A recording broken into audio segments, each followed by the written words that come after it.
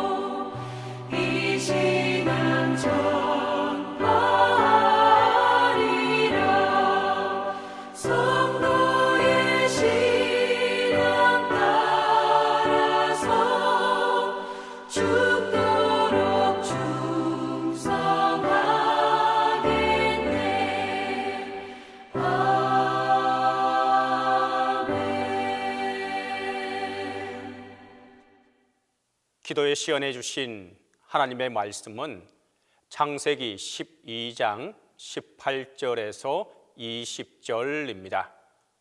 구약성경 창세기 12장 18절에서 20절입니다. 바로가 아브라함을 불러서 이르되 내가 어찌하여 나에게 이렇게 행하였느냐? 내가 어찌하여 그를 내 아내라고 내게 말하지 아니하였느냐? 내가 어찌 그를 누이라 하여 내가 그를 데려다가 아내를 삼게 하였느냐? 내 아내가 여기 있으니 이제 데려가라 하고 바로가 사람들에게 그의 일을 명하매 그들이 그와 함께 그의 아내와 그의 모든 소유를 보내었더라. 오늘 본문을 보면 믿음의 조상이라고 불리는 아브라함이 등장하게 됩니다. 큰 믿음의 소유자로 알고 있는 아브라함에게도 어처구니 없는 사건이 벌어졌습니다. 아브라함이 약속된 가나안 땅에 들어간 지 얼마 되지 않아 예기치 못한 기근이 닥쳐오게 됩니다. 아브라함은 하나님의 약속만을 믿고 갈대아 우르에서 가나안 땅까지 왔습니다. 그렇다면 하나님께서는 그를 위하여 최상의 조건을 구비하고 계셔야 할 것 같은데 정작 그에게 나타난 현실은 기대와는 전혀 달랐습니다. 그 땅은 주인이 없는 곳이 아니라 이미 가나안 원주민들이 정착하여 살고 있던 곳이었습니다. 그리고 그곳 사람들은 아브라함의 가나안 정착을 쉽게 허락하지 않았습니다. 결국 그는 이리저리 쫓겨 다닐 수밖에 없는 신세가 되고 말았습니다. 그런 상태에서 설상가상으로 그 땅에 기근까지 닥쳐왔으니 얼마나 기가 막힐 노릇입니까? 오늘 우리가 함께 읽지는 않았지만 10절 말씀을 보면 아브라함은 기근을 피하기 위해 애굽으로 내려가게 됩니다. 당시에 큰 나라인 애굽에 대해 내려갔다라는 표현을 쓰는 것은 하나님이 원하시지 않는 곳으로 갔다는 것을 의미하기도 합니다.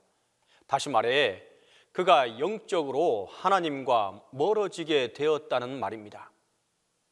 아브라함의 문제는 기근에 있었던 것이 아닙니다. 영적으로 하나님과 멀어져 있다는 사실이 문제의 핵심입니다. 고난이나 시련이 닥쳐와도 하나님을 의지하고 간구하면 그것은 이미 나의 문제가 아니라 하나님의 문제가 되는 것입니다. 그런데 내가 끌어안고 인간적으로 해결하려고 하니 정말 내게 큰 문제로 남게 되는 것입니다. 아브라함의 경우가 그러했습니다. 아브라함은 기근을 피하기 위해 이제 애굽으로 내려갔지만 아내인 사라의 문제로 겁이 났습니다. 혹시 자기를 죽이고 자기의 아내 사라를 빼앗아 가지 않을까 두려움을 갖게 되었던 것입니다. 그래서 생각해낸 것이 자신의 아내 사라를 누이라고 속이는 것이었습니다. 아브라함은 또다시 이러한 인간적인 방법으로 현실을 대처하려 했습니다. 물론 사라가 이복 누이이기는 했지만 법적으로는 엄연한 부부입니다. 그런데 목숨을 부지하기 위하여 그 사실을 숨기기로 했던 것입니다. 우리가 문제 해결을 위해 머리를 굴려보지만 아무리 완벽해 보이는 생각도 결국 실패로 돌아가 버리는 경우가 태반입니다. 현실은 항상 우리의 뜻대로 되지 않습니다. 우리가 하나님의 사람이라면 더욱 그런 자세로 살면 안 되는 것입니다. 하나님의 백성은 잔머리로는 절대 승리할 수 없습니다. 하나님은 그런 자를 잘 되게 하시지 않습니다. 그런 자들이 잘 된다면 계속 하나님을 의지하지 않고 잔머리나 굴리면서 살지 않겠습니까? 하나님의 백성은 머리가 잘 돌아가는 것보다 믿음이 잘 돌아가야 합니다. 우리는 어렵고 힘든 일일수록 절대로 혼자서 해결하려 하거나 사람을 의지하려고 해서는 안 됩니다. 오직 하나님만 바라보고 의지할 수 있기를 바랍니다. 바로 여기에 문제 해결의 실마리가 있는 것입니다.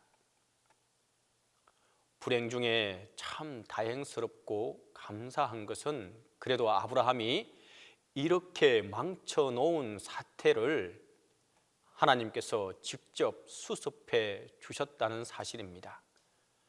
우리 같으면 지어받고 내팽개쳐 버리고 싶을 텐데 하나님은 그를 포기하지 않고 도와주셨습니다. 하나님은 한 번 택하신 백성을 절대 포기하지 않는다는 것을 말해주고 있습니다. 독생자를 주시고 예수님의 십자가 보혈을 통해 우리를 하나님의 백성으로 삼으신 이 하나님께서 어찌 우리를 포기하시겠습니까?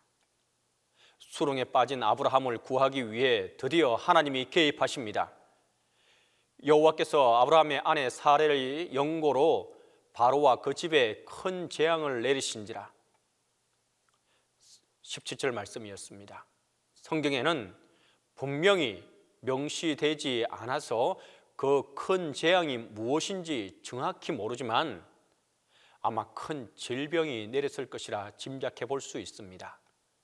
그러자 바로 왕은 기겁을 했고 곧 아브라함을 부르게 됩니다.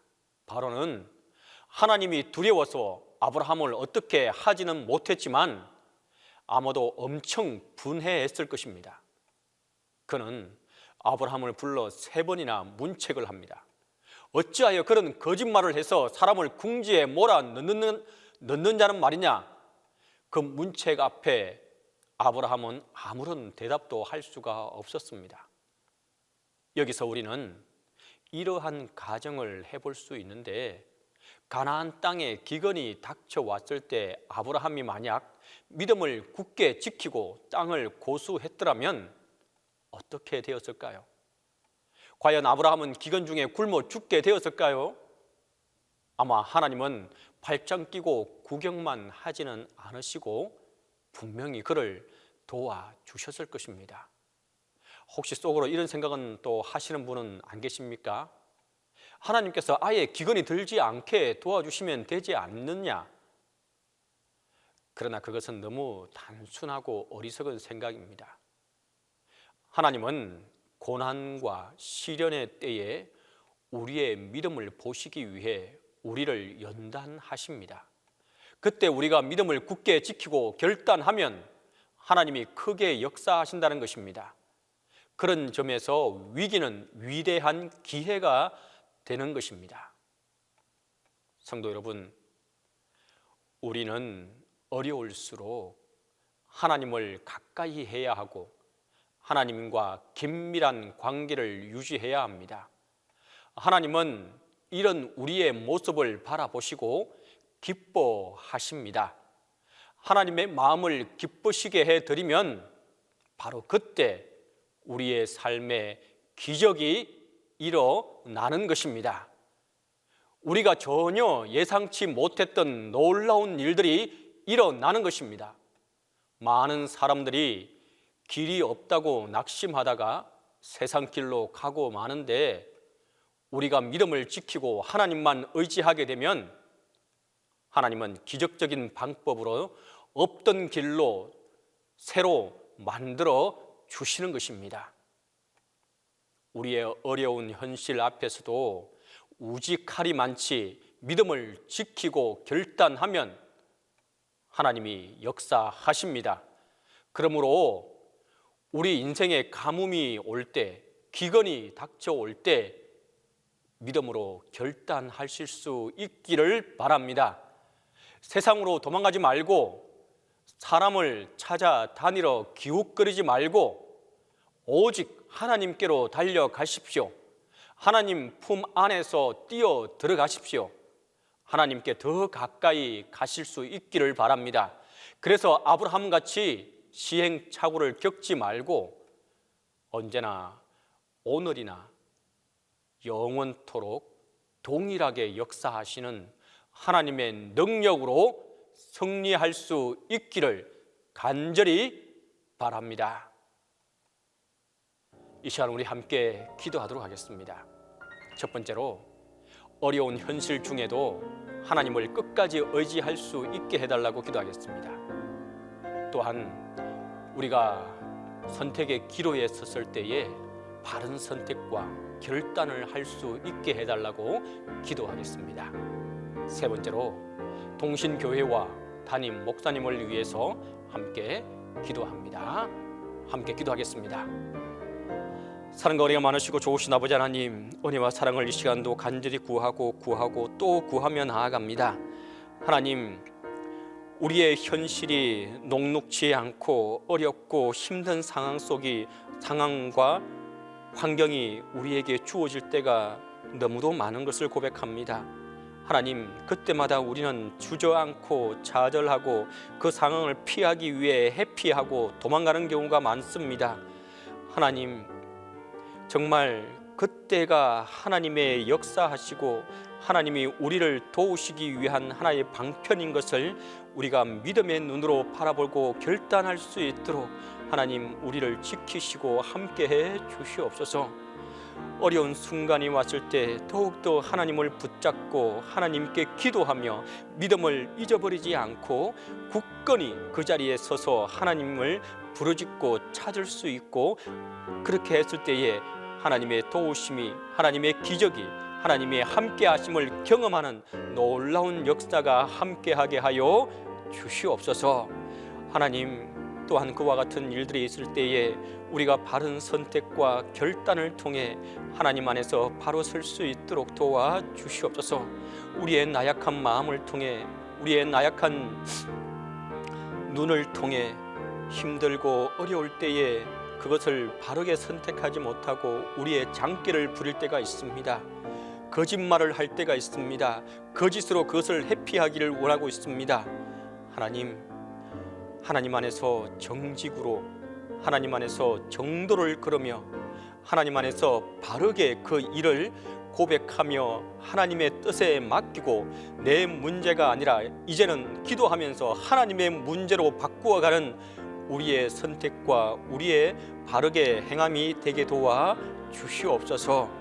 하나님, 이 시간 또한 간절히 바라고 기도하는 것은 동신교회를 위해서 기도합니다. 하나님이 이 땅에 이곳에 동신교회를 세워주시고 하나님의 뜻을 알아가고 한 믿음으로 한 공동체로 세워주시니 감사하고 감사합니다. 이곳에 속한 모든 이들에게 아브라함과 같은 믿음을 허락해 주시고 아브라함과 같은 바른 결단과 믿음의 선택을 하며 살아가는 우리의 동신교회 성도들이 되게 도와주시고 또한 동신교회가 되게 도와 주시옵소서. 이 땅에서 이곳에서 온전히 하나님의 뜻을 증거하며 하나님께서 행하시고자 하는 것들을 온전히 행하며 나아가는 동신교회가 되게 도와주시옵소서. 이 교회에 속한 모든 이들에게 아브라함에게 약속하셨던 믿음과 아브라함에게 약속하셨던 축복이 함께하게 하여 주시옵소서. 또한 이 시간 동안 간절히 바라고 기도하는 것은 담임 목사님을 위해서 기도합니다. 영구월 기간 동안 이제 돌아오시고 몸을 회복하는 가운데 있습니다. 하나님, 영육간에 강건함으로 붙들어 주시고 온전히 몸이 회복할 수 있도록 도와주시고 하나님, 목회할 때에 어려움 당하지 않도록 도와주시고 성령의 도우심과 하나님의 지혜와 능력이 함께하게 도와 주시옵소서. 이제는 주님께서 가르쳐 주신 기도로 기도해 마치도록 하겠습니다. 하늘에 계신 우리 아버지, 아버지의 이름을 거룩하게 하시며 아버지의 나라가 오게 하시며 아버지의 뜻이 하늘에서와 같이 땅에서도 이루어지게 하소서.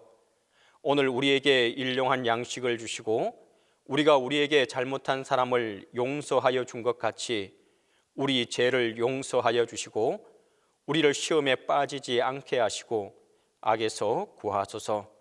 나라와 권능과 영광이 영원히 아버지의 것입니다.